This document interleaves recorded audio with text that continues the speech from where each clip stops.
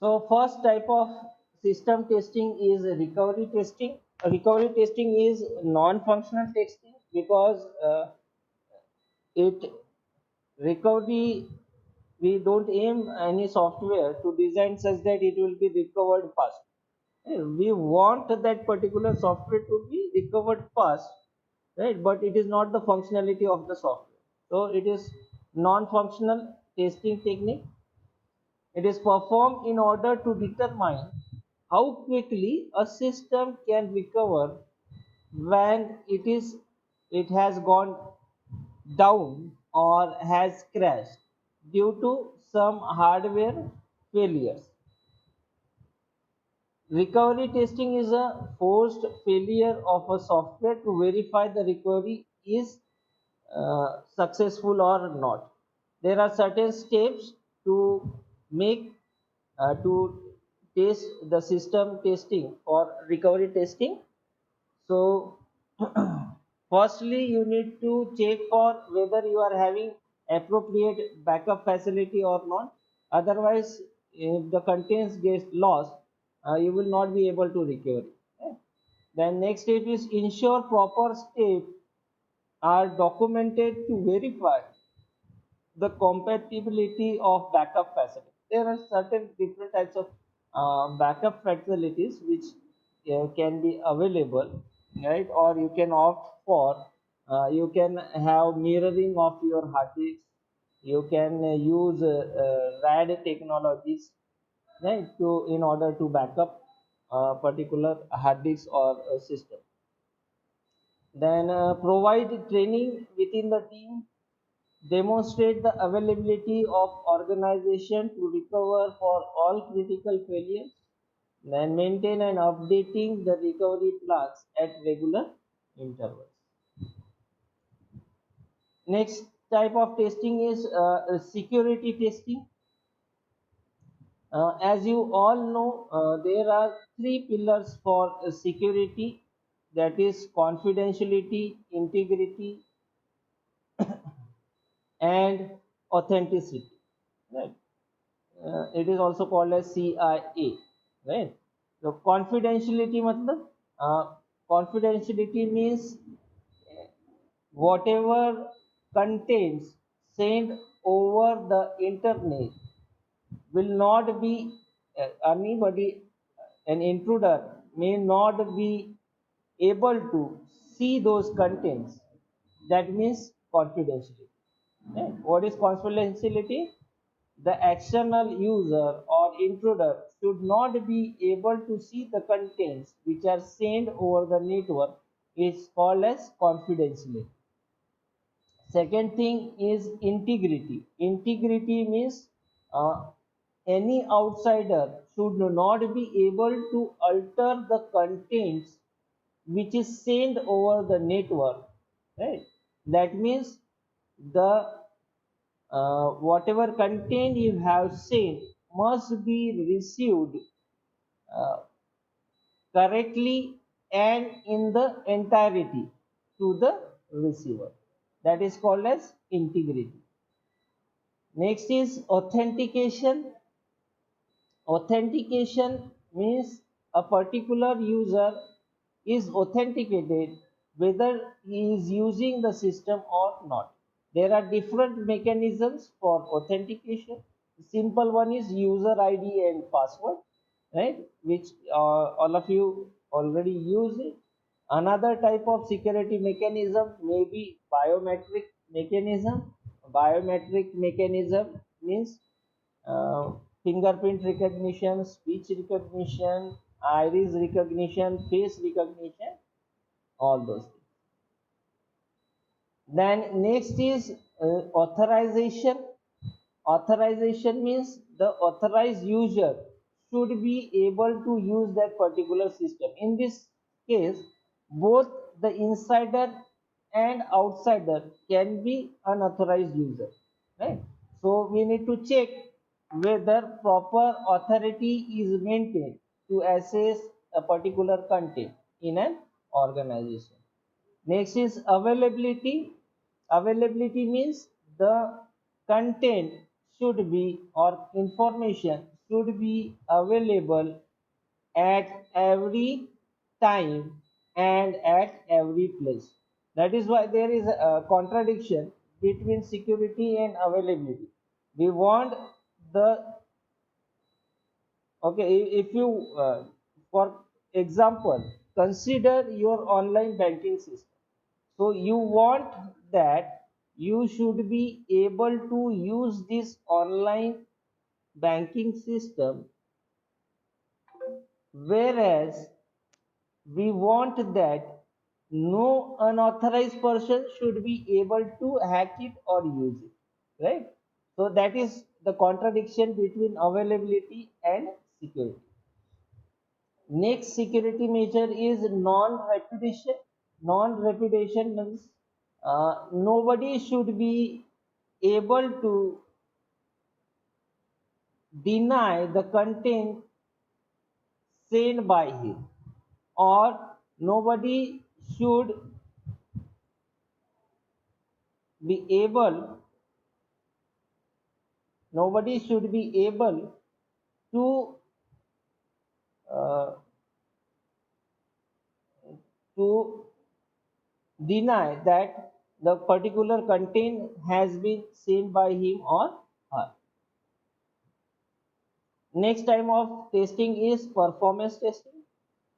Again, performance testing is a non-functional testing technique performed to determine the system parameters in terms of responsiveness and stability under various workloads.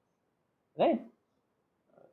Performance testing measures the quality attributes of the system such as scalability, reliability, and resource usage.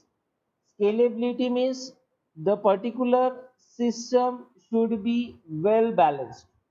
Means no one system, if a system consists of more than one workstation, then not one station should be overloaded and other system should be underloaded. So that is called as scalability. Means the workload should be divided evenly among all the workstations. Next thing is reliability. Reliability means the system should be reliable enough to use, and last one is resource usage. The system should not overutilize the resources, right? Means if you are using the system, then and then only the system resources should be occupied, otherwise they should get released. There are different techniques like load testing. Load testing means you uh, provide a particular system with the usual amount of load which he needs to handle. This is called as load testing. Means you are providing or testing the system for continuous amount of load that he is that it is expected to handle. Next one is stress testing. In stress testing, we will test whether a particular system exerts any undesirable effects in stress load. Means more than expected load. Then there is soak testing and spike testing, wherein the system gets uneven loads. In those type of load, how the system is performing, that we test. Then there are attributes of performing testing like speed, how fast a particular operation can be performed. Then scalability, I have already explained the scalability. Scalability means the load should be evenly distributed among the workstations. Then next is stability, stability of the system, and last one is reliability. Means system must be reliable enough to use. We have already seen load testing. What is load testing? Load testing is performed testing technique using which the response of the system is measured under various load conditions. The load testing is performed for normal and peak load condition. What he is expected to take. The objective of load testing will be to check response time, how fast the system respond. Next is throughput. Throughput means throughput means what is the output per second, or what is the baud rate that we will check to throughput. Next is resource utilization. Next, maximum user load, how many user it can handle. Then business related metrics means related to business logic you will check. Then stress testing, again stress testing is non-functional testing technique that is performed as part of performance testing. This testing is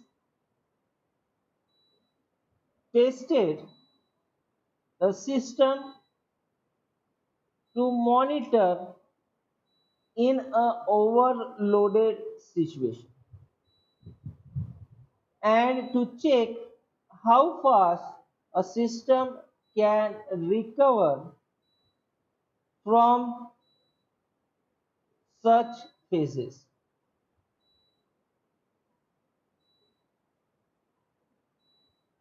There are reasons for conducting stress testing. It allows the test team to monitor system performance during failure, to verify if the system has saved the data before crash or not, to verify if the system prints meaning error message while crashing, or did it print some random exception, to verify if unexpected failure do not cause security issue. Then there are stress testing scenarios. Monitor the system behavior when maximum number of users log in at the same time. All users performing the critical operation at the same time. All users accessing the same file at the same time. Hardware issues such as database server down or some of the server in the server part crashed. So these are the mostly scenarios for which stress testing is done. Then next is soak testing. Soak testing is also known as endurance testing. Is performed to determine the system parameter under continuous expected load. How the system will work when a continuous expected load is given to the particular system. During soak test, the parameters such as memory utilization is monitored to detect memory leaks or other performance issues. The main aim is to discover the system performance under sustained use. Then last one is spike testing.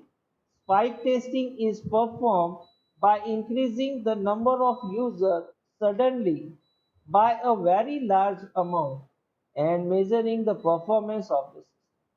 The main aim is to determine whether the system will be able to sustain workload or not. So student, today we will stop here. If anybody has any question, they can ask.